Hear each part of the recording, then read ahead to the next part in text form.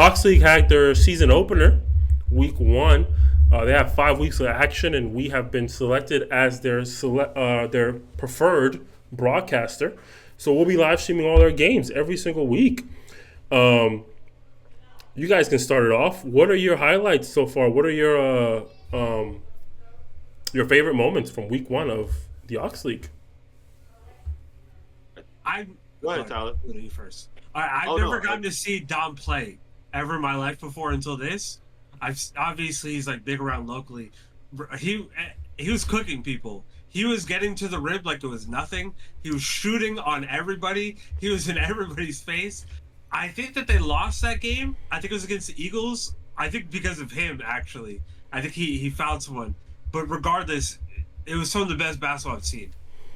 Yeah, That's a Don man. Williams. Don Williams is tough. Follow him on Facebook. What do they call it? I think he calls it a splash of the week. I think or a weekly splash. Weekly splash. Follow him on Facebook. He does it all the time, or probably on all his social medias. But he's a bucket. He be posting those highlights for all the leagues that he be playing at. And I was telling Patrick Triolo, he was sitting right next to us while we were watching the game. And I know you guys are new to Dom Williams. I was telling him like, yeah, these guys they never seen Dom. They're flabbergasted right now. This is daily work for him. He's been doing this since I've seen him. He's tough. He can hoop. He can hoop for real. yeah, Dom stole the show. Like they lost, but that team had no business being close to the team they were playing. It was solely just off willpower of Dom. Like Dom is, I'm not gonna lie, I'm one of those people. Like Nas says, like when you first look at him, you're like, he looks like a outside linebacker or a running back or something, and then he gets to hooping, translates. Everything translates. Jump shot, gets to the hole. Shit, you can't steal the ball from him. He's no homo too thick. Like you literally like he can box you That's out. He's crazy. got that strong That's dribble on crazy. Hall of Fame. He's got strong dribble on Hall of Fame. They were trying to rip the ball from him for like I think it was like 20 seconds at one point, and he was just literally in a circle, just on his hip. Could not get off his hip. Like he really is a grown ass man. Like He's for real. tough. And I I've seen him around GM5. I've seen him around different leagues. I just never really got to catch him dominating. He's nice. He ain't get. He didn't get the Yeah, Gabe's good opportunity. too. He didn't get the opportunity on Yeah, GM5, but yeah, he's this is regular Dom. This is regular. This is just another day in the office for him. We're probably gonna see him see this a lot. Just based off a glance, just from the first week, there's players that didn't show up, but based on the first week, Dom is probably the best player in the league. I'd argue easily.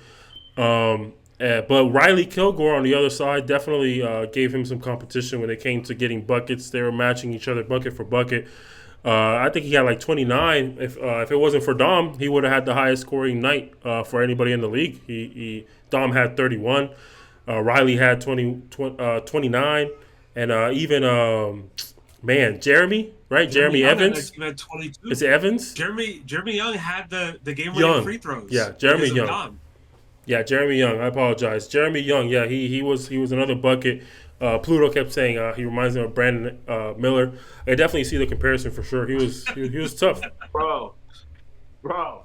He was like his left to right looked like if I could like if it was a shadow, I'd be like, oh, that's definitely Brandon Ingram. Like his left to right pull up is insane. Tween pull up. Oh, I was like, I'm not gonna lie. I hate that you said that, Nas, because I sound like a fan, but I am. His game was He's nice. He's got a absolutely really fanboy. yeah. He's got a really clean game. He's got a really good clean. No, he's got a clean game. No, he He's does. really good. He's really Yeah, good too. he was doing everything out there. He had like what did he have? He had 7 assists. He had 9 rebounds. Like he was Yeah, doing he's good. everything. He was fouled out the game, but we had to return it because one foul was called by accident. We had to call New Yeah, York to get him back in the game. yeah, he was killing it. That whole Yeah. team because there was somebody else, Kevin Parker too. That that team reminds me of the Pacers right now, where it's just like a bunch of people playing basketball and they all could just like play defense and kind of dribble and score, but not like they don't have like a standout like superstar besides Yeah, Riley, of course. and their center on that team was in foul trouble within like the first 5 minutes of the game. Oh, So yeah, they were playing without they were playing without a big man and things like that. So I mean in general, like I just felt like that team was and on top of that, they have another shooter who he was having an asthma attack, so he really couldn't play at the time. Who didn't even get Yeah. to play. Didn't even get to play. So they have another wrinkle to their offense that we didn't even get to see either. It's a pretty cool kid too. Listen, Riley had 7 threes, bro. Hitting 7 threes in a running clock game. That's crazy work, It's bro. insane. That's crazy work. He's going crazy. Another player that I wanted to give a shout out And it to was on as the well. perimeter the entire game. The entire game. Another player that I also wanted to give a shout out to. The Tigers have some good players over there doing some good things in week 1. Keaton Smith, he had 22 rebounds. That man had a 20 and 20 game. A 20 and 20 game. That's crazy. He had, I think, 26 points, 22 rebounds, man. That man was on them boards for real, for real. No, he had a crazy game because he was also. I don't think he was hitting 8 threes, but he was getting a lot of free throws. I think they fouled him. He got 13 free throws. I'm pretty sure that game. Yeah, he had a lot of free throws Yeah, that he game. is. Because I don't have the list in front of me because I'm just on my phone. But if it's the guy I'm thinking it is, it's the taller gentleman who's a little slender. Yeah, Getting to the line, yeah. bro. 13. And the thing is, he has a free throw routine, and he was not breaking it. Like he was not breaking it. 3 dribbles, look up, shoot every time, every single time. His teammate had a good game too. Awesome. Daniel Tavares, he had a really good game too. He had 18 points, 12 rebounds, 7 assists. Him and Jeremy Young actually led the week in assists. Both had 7. He really good player too. They were on them boards. They were really doing a really good job of boxing out, keeping the team in the game. And the Tigers did win their game, if I'm not mistaken. They did. They did. The Stampede. Yeah, Who That was- also did play well, actually. that was a good game. Yeah, the Stampede were good. Overall, good teams. I think it's well balanced. I wasn't really there to keep up with everything of how they run everything or how the teams are designed. I do believe there's a draft process. I'm not even going to say too much because I'm not entirely sure, so I don't want to say anything that's incorrect. But whatever they did to make this happen, I think it's a very well balanced league. However, I would say the Grizzly might have the best roster based on how they performed.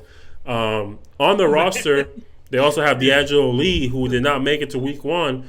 I don't know if he's going to make it for the rest of the season, but if he does, then I think that solidifies them as the best roster in the NBA. And I almost said the NBA. In the Ox League. Yeah. Pringle, Wish. what is it? The Marius, I want to say? The Marius Pringle. Hilarious. He was a highlight machine. That man had 2 crazy dunks. That first one, the second one, I barely was able to pay attention to it because I was doing the stats for the game. No, I saw that one. That first one, crazy. yeah, the second one was crazy. The second one was an and one. He went up and somebody fouled him and he finished it. That was crazy.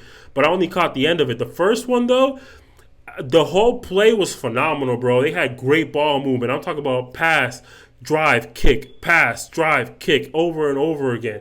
And like at the end of the play, it landed in his hands, and all the ball movement, all that motion offense, he just had a clear lane because the defense just didn't know where to go anymore. And that man just rose up. I was like, what in the fuck? I was literally about to tell Tyler, well, that ball movement just got him wide open. He's about to lay this up real easy. And then he rises up and dunks it. I was like, oh my God, what the hell just happened here? Golly. We got to know him a little personal, so he's like a goofball. We would say. Not Yeah, he's funny. I'm not saying it in a mean way. He's real funny. So I would have never pictured someone like that easygoing to be like, I'm destroying rims now. And he did. And the thing is, it wasn't like Nas says. It wasn't something that you would be like, oh yeah, he's a little leg. This man came through, and the first one was thunderous. Yeah, Nas, get up out of his seat. Nas No, what? I got up. I got phone on the floor. Listen, I got up. Listen, the last time I got up like that, bro, was when AJ dunked on the Royals season 1 for the Serpents, bro. That's the last time I got up and almost just blew my lungs out. I was like, golly, where'd that come from? And then the second one, I got to watch the whole thing, and he dunked on someone. It wasn't just an and one. He dunked on someone. He dunked on their guard on the other team whose ankle kept getting hurt. I think it was 13. Yeah, 13. He dunked on him, and he says, that's what he's supposed to do. I'm like, he's not that much taller than you, though, bro. But he watches the podcast, because thank you for watching. I appreciate you, bro. They had the tough point guard, too, or the tough guard, Ryan Clark. He had 28 himself. He He appeared to be He's their in best everything. player. We'll see how the rest of the season goes, but he appeared to be their best player. But he had 28 points. I think he had 10 rebounds, if I'm not mistaken. And maybe I'm wrong. You guys correct me if I'm wrong. I'm pretty sure that was their guard because if I remember him, he was scoring a lot.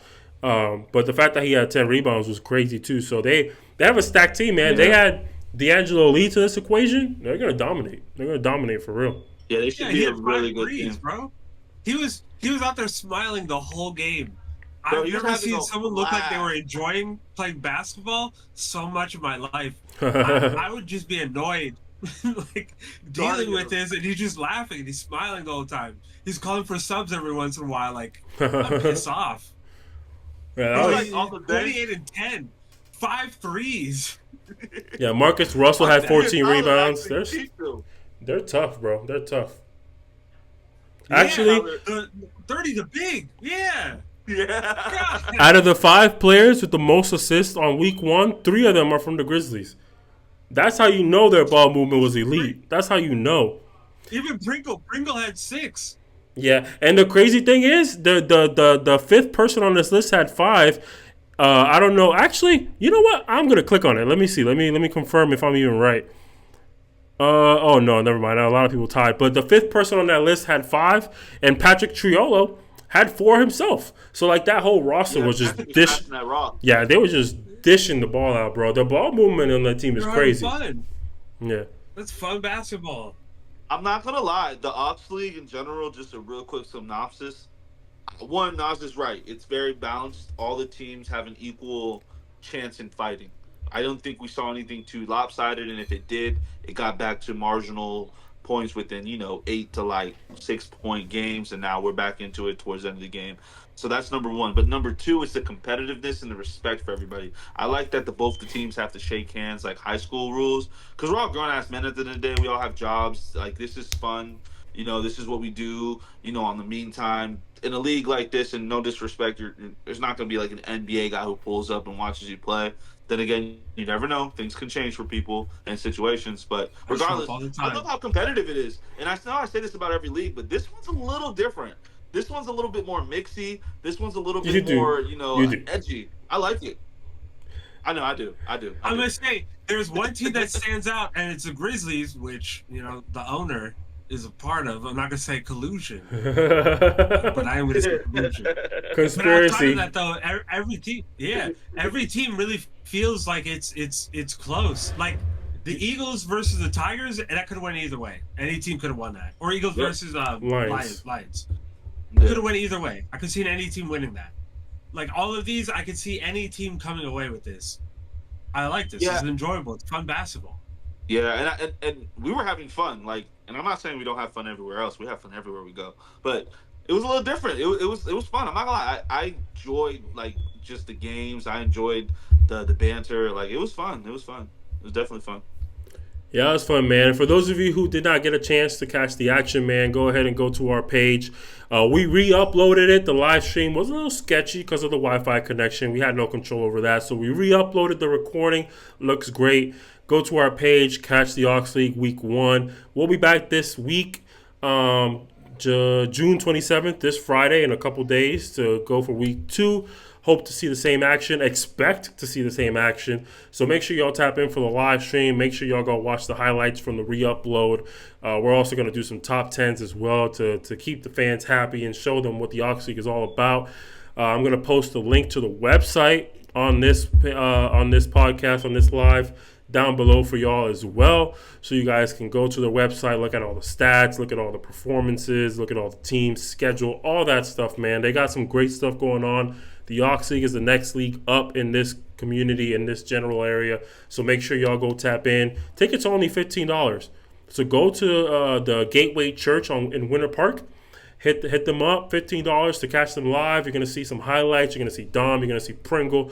You're going to see Kilgore. They're going to see a lot of players and a lot of teams that are going to give you a show. So it's worth the $15.